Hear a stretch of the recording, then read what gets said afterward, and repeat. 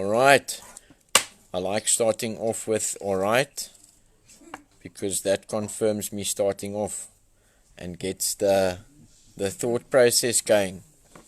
Yeah, so obviously I'd just like to mention that it's only by the grace of God that I'm sitting here tonight, alive, sober, and I have many things to add to my gratitude list.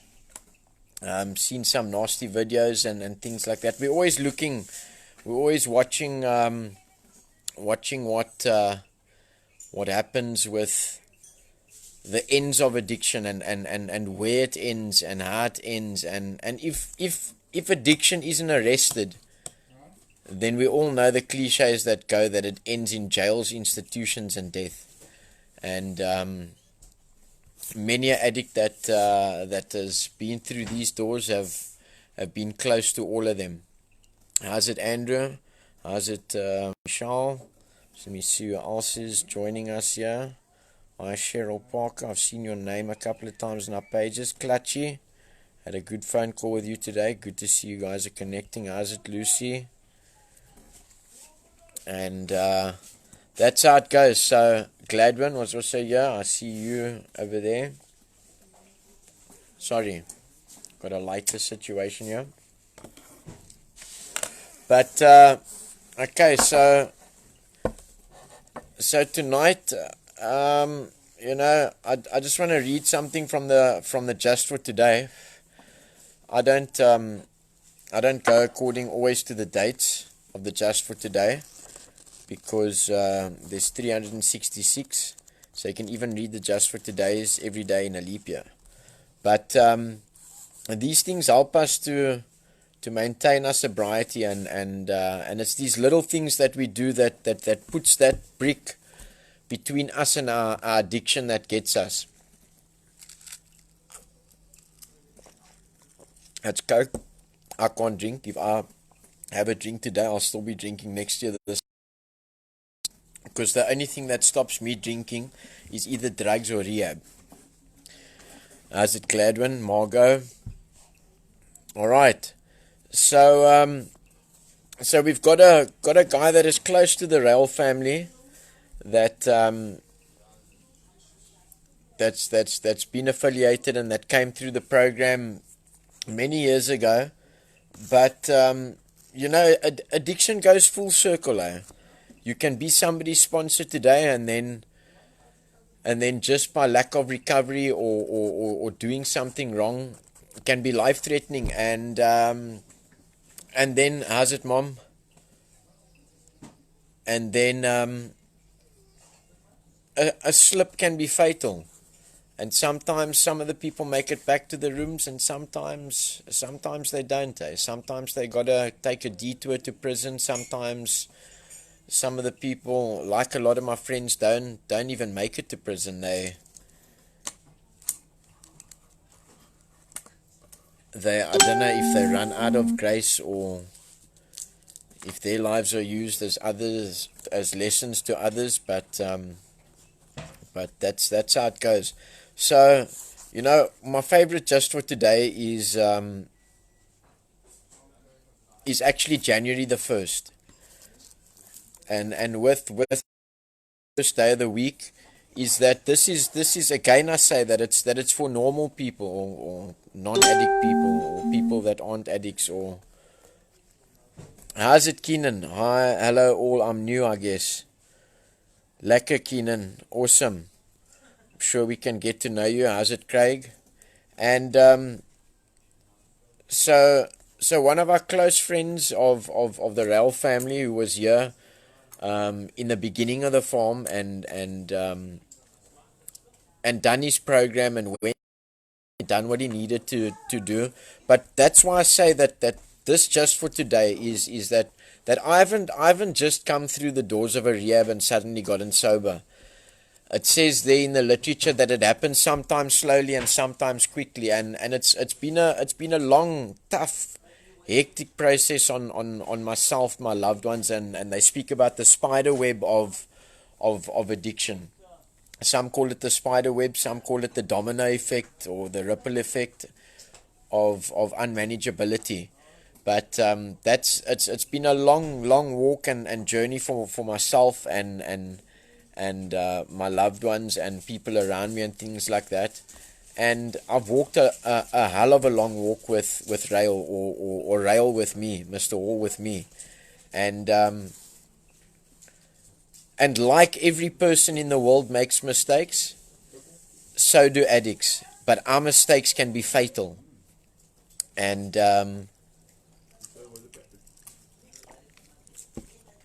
we've been the phones have been going crazy, the social media's been off the hook, and sometimes it's just a sad situation that we can't help everybody. We just can't spread ourselves sometimes that thin. So I'm gonna give it over to Lincoln soon. Lincoln was here eight years ago. Went out there, did it, and the addicts out there that we've got a daily reprieve. And if our recovery is based on our spiritual condition, then I want to remind you tonight that maybe have a look at your weekend, and if you've harmed anybody, or if anybody has harmed you and you have resentments, or you've done something that could have made you guilty or whatever, pick up the phone and phone your sponsor and do what you need. Recovery is the only program that there's no glitch in the system. I promise you, the addiction in... Hey, Mark Isaacson. Yo, how's it? The lovely message you sent us the other evening. Good to see you, Mark. Hey, Mark's also walked a long road. Gladwin's also walked a long road. It's good to see you, Oaks, man. But don't... my mind isn't 100% recovered yet, so don't throw me off course here. But it's lekker to check your Oaks. Keeping on in that. So, I don't know where I was, but I know where I'm going. And I remember where I come from. So, and he's just going to tell you a little bit about himself, his journey, and all of that. And, as I was saying, that our recovery is based on our spiritual condition. And, I just want to remind all the addicts that need to work the spiritual, not religious, spiritual program, where we keep ourselves, or try and maintain some sort of spiritual serenity of peace, where we let go of our guilt and all of that. So my favorite just for today is the 1st of January, and I usually try and start my week with this, and also my years. It's we keep what we have only with vigilance. In other words, we need to be disciplined, and this is for everybody, in recovery or not. If you headed somewhere or you want something, you need discipline. How do we remain vigilant about our recovery? First, by realizing that we have a disease that we will always have. That's when I say that I'm constantly putting in that insurance. How's it, Mr. Oliver? Me too, Mr. Hall. I feel the same way, but I also love you all. Firstly, by realizing that I have a disease or a sort of dysfunction that I will always have. Now, when I'm not practicing certain things, I forget that if I pick up a drink or drug, that the ends for me is jails, institutions, and death. Turmoil and chaos and all the caca cause at home. If I don't work my program and keep that, then I forget those times. So,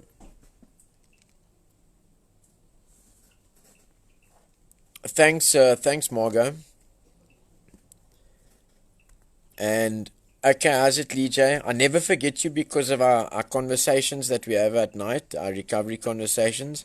First, by realizing that I have a disease that I will always have, no matter how long I've been clean. And I'm reading this is because one of the biggest lacks of recovery is respect and discipline. You know, it is, we start slipping through the cracks. We start maybe doing one meeting less a week. We start taking inventory less of how our weekend was, or we carry weight of the previous day into tomorrow, or we forgive less, or whatever the case might be. So no matter how long we've been clean, no matter how much better our lives have become, no matter what the extent of our spiritual healing, I'm still an addict, and I can never pick up something that is mind altering. Whether it comes from the pharmacy, the bottle store, or from the dealer on the corner, or the one that delivers at your house, that takes EFTs during lockdown. A disease waits patiently, ready to spring the trap if we give it the opportunity. I can't give it the opportunity. And I'm going to give it over to Lincoln now, because I believe I've given it the opportunity before, but those were all mistakes I made to learn and to get where I was going. Luckily, I survived them. God's grace and the help of RAEL and Mr. Hall, that I can sit here tonight on a Sunday night. Didn't make any shit the weekend, any drugs. I don't need to worry about the detectives coming to look for me tomorrow morning. And I don't need to be paranoid the whole night looking through the keyhole or the window, or worrying that that people are looking for me. And my loved ones are at peace. Vigilance is a daily accomplishment. We strive to be constantly alert and ready to deal with signs of trouble. So we get to know ourselves in recovery. Not that we should live in irrational fear that something horrible will possess us if we drop our guard for an instant. We just take normal precautions. Daily prayer, regular meeting attendance, and choosing not to compromise spiritual principles for the easier way are acts of vigilance. We take inventory as necessary, share with others whenever we are asked, and carefully nurture our recovery. Above all, we stay aware of your surroundings, aware of how you feel, aware of what's happening, and most of all aware of aware and honest of what you need for your recovery. We have a daily reprieve from addiction as long as we remain vigilant. So when I retire at night, then the best thing is to do for me is, have I harmed anybody? Sorry, the inches are a little bit low, so I must have as much as I can get now. But there's lots of smokers out there, you know what I mean. And I retire at night, and I need to spiritually clean myself. And I can even quickly, if you're living the 12 steps, I can be honest about certain situations that I'm powerless over. That I can, if I want to react in a certain way, I'll ask God to restore me to sanity, and then I ask God if that's His will for me, and obviously get to know God to find out what His will is, and then I take inventory, and if there's something that I need to admit during what I've done during that day, then I get it off my chest with my sponsor. And but remember, it's not always the easy thing to do, to pick up the phone and put the pride in your pocket and phone your sponsor. It's sometimes easier to pick up the drug, and then once you're drugged, phone the sponsor. And I've made that mistake before. So yes, and then I see obviously which defect of character has played up. I ask God to remove that, and if I've needed to make amends, then I go through my day, I make that list up, and I'm willing to make amends. And then I can be spiritually clean when I go to bed at night. So it's all to do with discipline. And okay, you can see I've read this a few times, because what I said Now it actually reads here. Each day we carry the principles of our recovery into all that we do. And each night we thank God for another day clean. I never used to be able to make a day clean. Now I've got quite a couple of days clean. But all I need to do is not pick up just for today. Just for today. I don't need to live in the past and have these heaps of problems and things like that. And I just need to do my meeting today, because it's easier to go to a meeting today than what it is to not go to a meeting, relapse, and end up going to rehab if I make it there. So I'd rather just be disciplined and do what I need to do today. So good evening, everybody. Thank you for joining us again. We ask you please to spread and carry this message, as we're getting good feedback on people that we've all helped share it to, and sometimes it's just a mother or a loved one that whose situation it can help. So just for today, I will be vigilant, doing everything necessary to guard my recovery. And one of those things is listening to Mr. Hall. Even though sometimes I don't like what he says, I have to respect it, because that is ultimately what has saved my life. If he didn't tell me that God can help you, I wouldn't have known. If he didn't tell me that it's worked for him, it might work for me, I wouldn't have known. So that's how we carry the message to each other. So thank you, Mr. Hall. Thank you, RAEL, that I have another day clean today. God bless everybody. And Lincoln also has a couple of days clean that he's going to share with you. All right.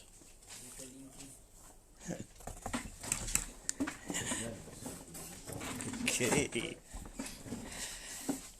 Thank you, Kurt. Thank you, Mr. Hall. Thank you, RAEL, for allowing me to share on this platform. A little bit of nerves, but not too much though. Yeah, so hello to everybody who knows me. Hello to the people that don't. Just to introduce myself, my name is Lincoln. I've been on the farm now for just over 7 months.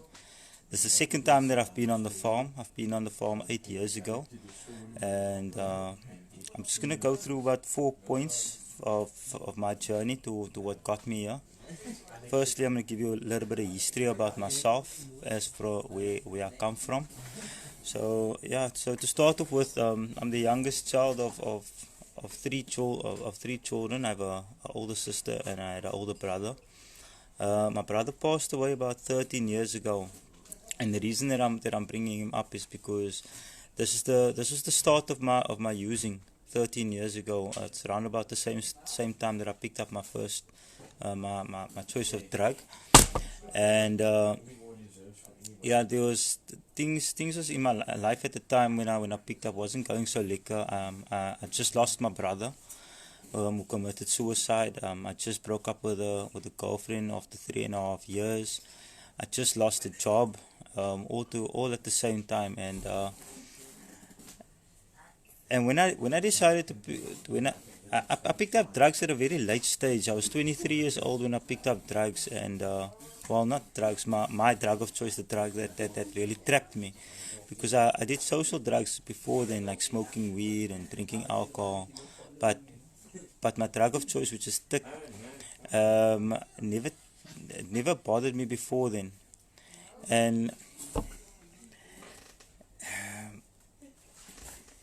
And before I picked up, like I said, before I picked up drugs, there was just a spiral of negative things happening in my life. And then I took my first hit of thick about 13 years ago. And I've been chasing that high ever since I picked up my first drug. And I've been chasing it ever since. I mean, in the same time that I've been using is the same time that I've been in recovery, because since I picked up my first drug of my drug of choice, I've been looking for recovery as well. I've been looking to stop using. I'm going to go into a little bit of my active days, a little bit of war stories, 1 or 2 things that stand out as to where my drug of choice has taken me. I grew up on, as what other people would know it as, the Cape Flats. Now, the Cape Flats is known for poverty, for gangsterism, and a lot of, well, just a lot of bad things. And growing up, I've been exposed to a lot of negative influences, a lot of negative behaviors, gangsterism, like I said. And for me, as I grow up, I saw the gangsterism lifestyle attracted me in a way that it became a norm for me. Every day was just having having people use drugs and and the whole hustle and bustle of that goes with the gangsterism. It was all around me, man. So later on in my life, when I got involved in it, it didn't seem like there was a problem, because it was the normal for me. It was just something that we had to do to survive, because that's what we do on the Cape Flats. We survive day to day, and that was just part of survival. Then also being the youngest of three children, or of an older brother and an older sister, I was learned to be mature at a very young age, because I would socialize with my sister and my brother's friends. So, and that also helped me get involved with, that also helped me get accepted when it came to the gangsterism. I would always sit with the big boys and the big people, with the big gangsters, and for me it was just normal. I didn't know it was gonna affect my life later on, and was gonna turn out to be the way, because I was always anti-drug. I never liked people that was from a young age, and because of what I saw, of what I was exposed to, I never saw myself going down this road as to being a full-time active user. And then, like I said, I picked up at a very late stage after things wasn't going well in my life, and a very very bad time. And then I had a party at my. I remember the very day I picked up my first drug. I had a party at my house, and a couple of friends of mine were using in my room, and then they we were just having a normal get together, and a friend of mine came out of my room, and he was sky high. He looked like shit. He was floating from one side to the other side, and I said, "Look here, whatever you did in that room now, I want to feel the way you look. So give me whatever you took right now, and I want to feel that way." And that's how it all started for me. I took my first hit, and since then it was over.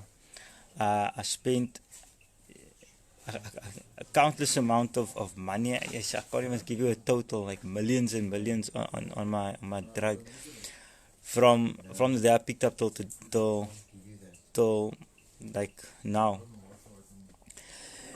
Now let me give you a few war stories, a little one or two war stories. The people I used with, like I said, they were all gangsters, and they would plot and plan to rob people, hurt people for drug using. But for me, I took them as my friends, man. I never thought that they would do anything. I would plot and plan to hurt the next person to get a fix. I never thought that at the end of the day they would turn around and to me. I was confronted with nearly being killed, by one of my close friends being threatened with an axe put down, being swung at me, for me to hand over all the money that I had, because I had quite a large amount of money on me at the time. And I was stripped down naked, butt naked, to the because they were looking for the money, but I hid it away in my car. And I was basically, how can I say, um, not kidnapped, but I was not kidnapped, but I was forced. I was locked in a house, and I was stripped down naked because they were looking for me, and I had to manipulate my way out of it. Luckily, I was able to manipulate myself out of the situation. But I never thought that the people I hung out with would turn around and do the same to me with what I was doing to other people. That's the insanity of where my drugs took me. And on another occasion, I owed a merchant money, and it was a simple 100 rand for some tip that I bought from him, and because of that, I was shot at through a car on more than one occasion. Twice, I was shot at, and like I said, just for a simple 100 rand. I mean, this is how close I've come to death, knocking on my door, to say that okay, you can't live this lifestyle anymore. But to me, I knew nothing, man. I didn't know any better. I just thought to myself, look here, I need to get my next fix, man, regardless of anything. And I've had all the spiritual awakenings through my life, but I just ignored it all because the only thing that I focused on was my next fix. I had to do, and by any means, I just wanted to get my next fix. And I've been institutionalized on more than one occasion. From my first time, where my parents actually came to figure out that I was on drugs, was I was institutionalized, and I was diagnosed with a drug-induced coma, because I was hallucinating, and that has happened on more than one occasion. So the drugs has really messed up with my brain as well, you know.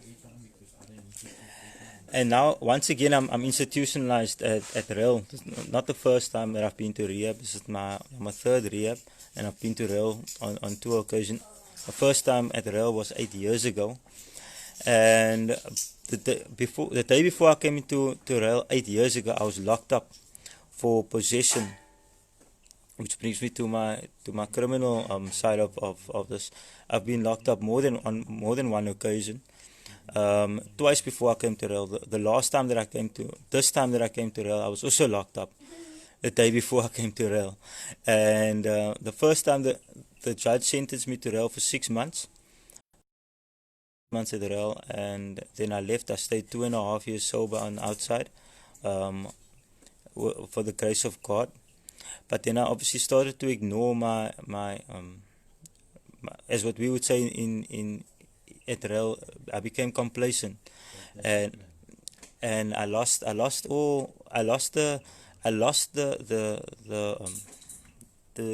how can I say, the drive for recovery. I got bored. I was starting to become a dry drunk, as they would say, and I started pushing my recovery aside, and then I thought I was too big for the game, and decided I'm gonna take this for one more time. I can do this, man. But I couldn't, because now I'm back here, and the day before I came into RAEL, this time around, I was locked up again for stealing, and it's a funny joke for everybody else, because I was locked up for stealing curtains. And we normally think that, hey, you'd go to jail for a big crime. What did you do? No, it was like I robbed someone, or it's this and that. But curtains, like, we want to get locked up for curtains. So, but yeah, no. But you know what? That's not the joke, man. At the end of the day, the curtains was the last thing on the list of a huge list, maybe a 3, 4, 5 page list, of things that I stole. And I've hurt a lot of people in the time that I've been using. A lot of amends needs to be made. I've gotten a lot of opportunity at the moment now to make those amends, because as long as I'm active, I'll just keep on hurting people. And I'm glad actually that I'm at RAEL this time around. I said I was going to go into a little bit of history on the farm as to how things were 8 years ago to how it is now. Obviously, 8 years ago, Mr. Hall was starting off the farm, and there was no sober living on the farm at the moment. There was one guy that was working in town, and he would come back and live on the farm, and Mr. Hall sponsored him. But that was about the closest that we got to sober living. Now that I've been here the second time, I've been exposed to what sober living is like. And when I say sober living, I mean living sober, and as in going to work, come back, being able to work on your recovery, and I see the good that people can do, man. Instead of the hurt that we do want to do to the people that we love, we're able to actually do good. And it's not about the big things, eh? It's about the small things that we do. It's about just taking care of of our family, taking care of our friends, things that we're supposed to be doing on a daily basis that we take for granted when we're active. Because when I'm using, I'm a different person to what you see now. When I'm using, it's about me, myself, and I. I don't care about the next person. I will hurt you. I'll go through you in order to get to my drug. And now today, I need to, when I see you as a person. I reflect, and instead of me taking from you, I actually ask, how can I help you? And recovery has given me that. RAEL has given me that. It's opened up my eyes to help the next person. And in me helping the next person, I get helped as well, automatically. This time on the farm, um, sorry for this. Mr. Hall will tell you a story about me, that how I found my recovery the first time on the farm was through a tortoise. Strangely enough, I woke up one morning and I saw a tortoise walking on the lawn, and me and my little child spirit at the age of 28 years old ran to the tortoise, and I said, Mr. Hall, I need to look after this thing. I want this thing for myself, because once again I just wanted something to love, man. Wanted something to care for. Um, part about me, I'm also a single father. I have a 12-year-old son, and that comes naturally for me to care for someone or care for something, and I need that responsibility. So Mr. Hall said, okay, go ahead, look after the tortoise. So I bought the little tortoise box. This is 8 years ago. Bought a little tortoise box, and I ended up collecting something like 11 or 15 tortoises or something like that. A whole bunch of different sizes all on the farm. And that was my responsibility. And in doing that, I was exposed to something that God wanted to point out to me, is how God's God's magnificent just life, man.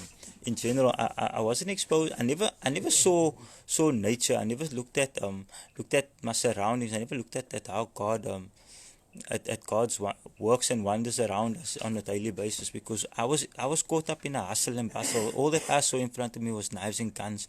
I never saw animals and plants, man. I never saw God's wonders. I saw pain. I saw hurt. I saw things that you don't want to see on a daily basis. And if you really look around, you'll see that God is amazing, and what is put on this earth for us is to enjoy is amazing. So this time around, Mr. Waldy, I don't know what if it was his plan by default or what it is, but when I came here, he gave me the responsibility of the animals on the farm, and with the animals, I started feeding the sheep with a bottle, and once again my recovery started all over again, and I was given the responsibility of the cows, the sheep, the alpacas, the tortoise, the birds, the dogs, and with that, it allowed me it took away from myself, man. Instead of me having to want for myself, I'm able to, I'm forced to give to the next person, or give to an animal that doesn't ask for anything. He can't ask for anything because he doesn't have a voice. So the responsibility falls on me and forces me to be responsible. And I've grown since honestly, I can see myself growing, because it's unlocked various things in me, man. Different passions that I have, things that I've lost when I was using, Um, in the time that I was home, I was always busy with projects and things, but the projects ended up going nowhere. It was things that I would just put, and I had no drive, I had no passion. It would just sit. I had unfinished projects basically, and no reason to finish it.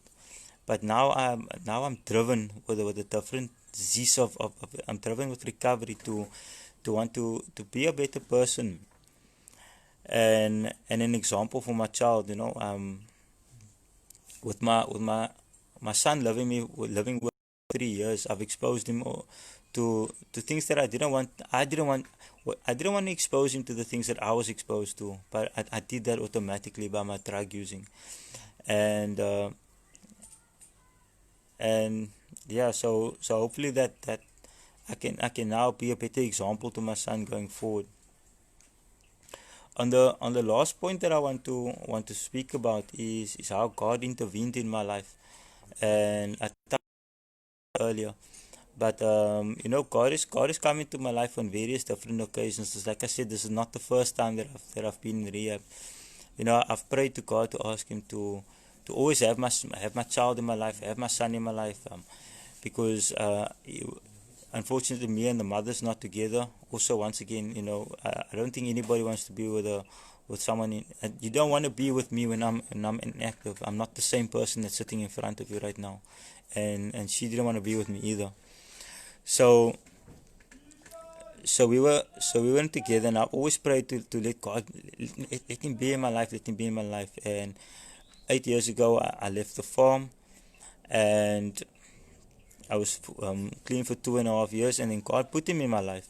He lived by me for three years, and in that time, I didn't say thank you to God to say, look here, you've given me what I wanted. Instead, I, I, I all I did was I just said, I did this, man. I did this by myself. I got myself back on the track now. I brought Him into my life, and I neglected to thank God.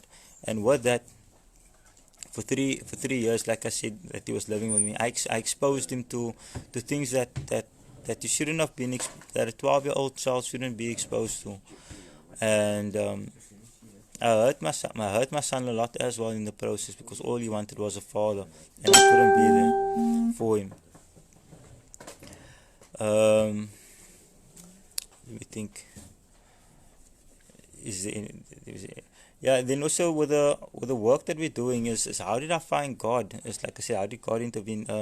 Mr. Hall gave me a task one day to do on the farm, and that was to gather these little twigs at the back of the cage, which is a place where we store all our tools. And at the time, it was the most irritating. I won't say difficult. It was just the most irritating job to do, because it was these little thin little twigs that we had to stack all on top of each other in a big hoop, and it had to be stacked a certain way. And for me, it didn't make sense, because it was already stacked where it was. It just didn't look right. So we had to pack it all straight. And then while doing that, I decided to thank God for everything that He's done in my life. So for each piece of wood twig that I put down, I said thank you God for for the clothes. Thank you God for the bed I sleep in. Thank you God.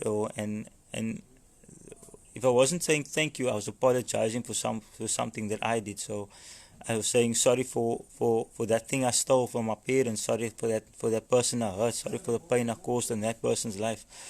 And in doing that, while doing the work on the farm, um, I started to contact with God, because before that I was always a church goer. I was always a Christian. I always went to church. So, but I never practiced anything that was taught to me. I was just a follower in what was in my religion. And 8 years ago on the farm as well, I was baptized. I was fortunate enough to be baptized on New Year's Eve. Due to the experiences that I've had on the farm, the spiritual, like I said, God is all around us here. He's opened up my eyes to a lot of things, spiritual things. Um, and I thank Mr. Hall for that. Let me just have a look quickly if there's anything else that I need to touch on. Yeah, so today when Mr. Hall asked me if this to do something, I do it, because I know that there's a reward at the end of the day, man. If not something for myself, then something for the next person, the next addict coming in by the doors, because thanks to the previous people that came after me 8 years ago, the doors are still open for me a second time to come back into RAEL. And the place where I used to sleep is now a kitchen. That's how much this place has grown, and it's grown enormously. Not only for mainly from from the previous addicts has done on the farm, um, as far as keeping up the standard of the farm itself. So yeah, that's all I'm going to touch on for now. Um, once again, I want to say thank you to Mr. Wall, thank you to RAEL for the opportunity to sharing on this platform. I know this is the future going forward, and now I don't have an excuse, man, to not get to a meeting. You know, that was always an excuse in the past, to go to a meeting, and then now the meeting comes to me. So I literally have no excuse. So I'm going to close with a poem that I wrote some time back, which is what I normally close with all the time. You guys would just want to bear with me, and it goes like this. It's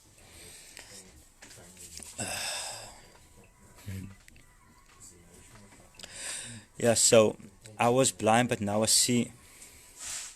How my drug using life affected me. Yes, my drugs got me facing the wall when at the back of my mind I hear my conscious call. Saying, Lincoln, you got no vision, your life is not worth living. All you do is put people through misery. Then the question, don't you think you need recovery? Today I stand here with a tear in my eye, the reason why I can't remember the feeling I felt the day my brother did die. I see tears in my mother's eyes from all the lies at night. I hear my father's cries wishing that his son dies. My sister, never missed her, never said I love you or even never kissed her. There was a time I would scream cat line forever, looking for money just to impress a fella. I would dress to impress, do anything for a chick's interest. That's when I sold my soul to someone I didn't know, only because I wanted to be that Now I'm faced with the reality that my thug mentality got me chasing insanity, forgetting about responsibility towards my family. My drugs got me afraid and blinded, spiritually minded, I will be guided. I hope to find a better way to be appreciated, with God in my life and rehabilitated. Thank you, Mr. Wall. Thank you, Mr. Schuler. I'm going to get Mr. Schuler to come back online now. Yeah, once again, for you guys know me, I appreciate the opportunity. Thank you very much.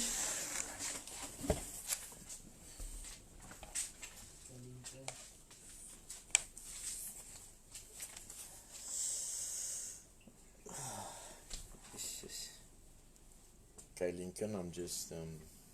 It's a bit nerve-wracking, eh? It can be a bit nerve-wracking, but yeah, geez, I think that you know, that's a part of Lincoln's story.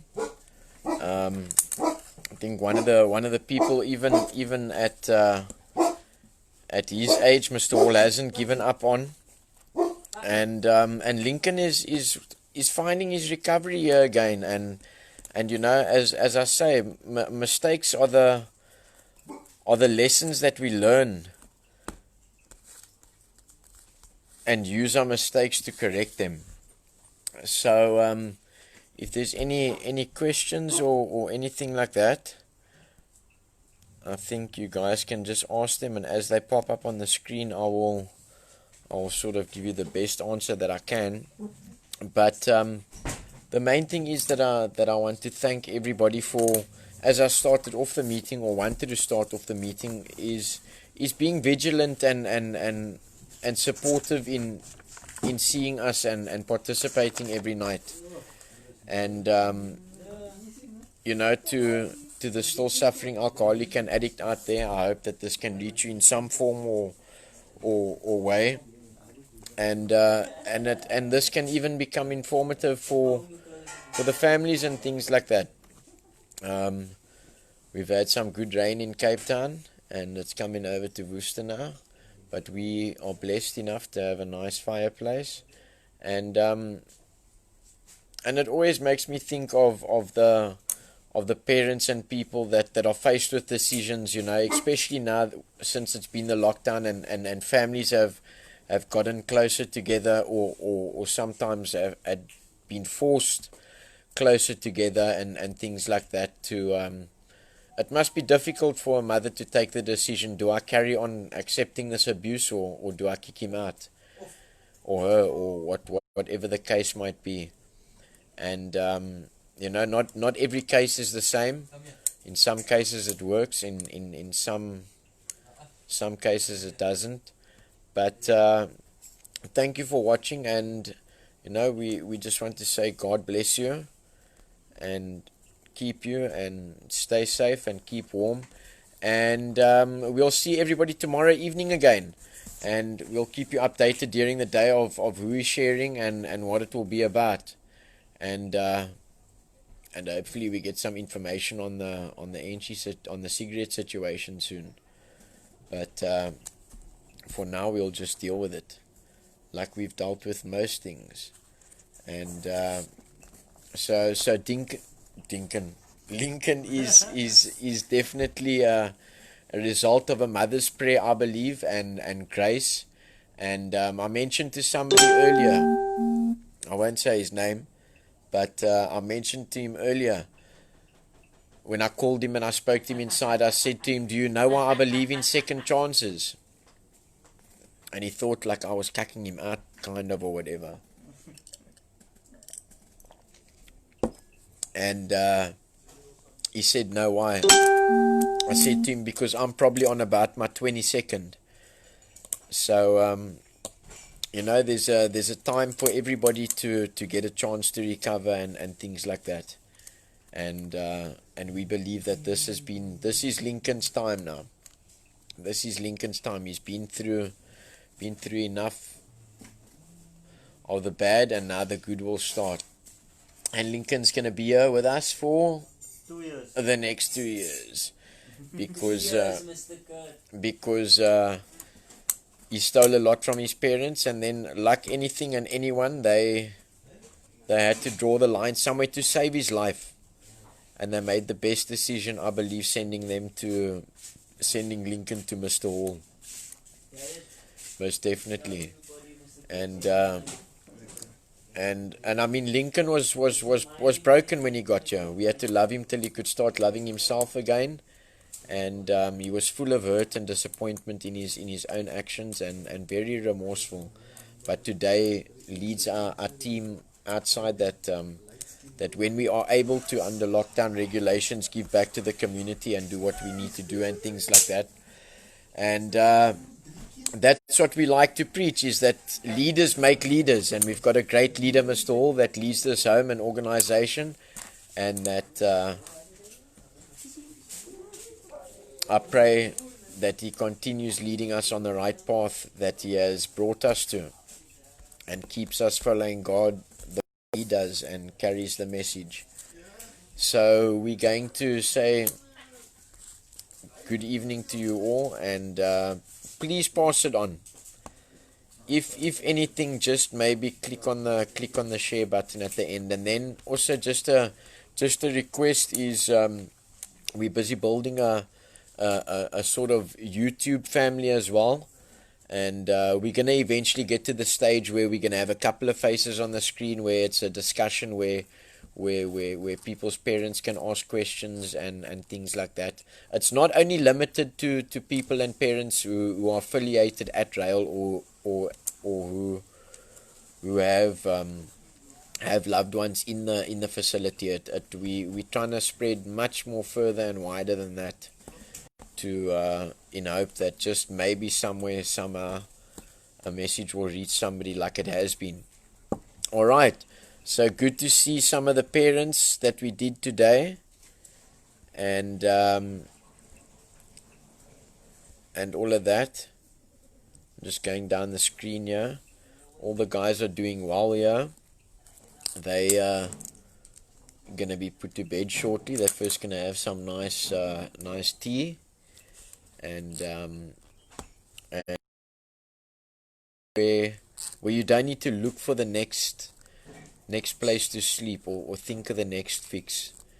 Instead, you can think of, I'm blessed to be in a situation of how or where I can help my fellow man and the next person. So God bless everybody, and we ask you to please share so that we can reach as many as we can. And then just check the RAEL YouTube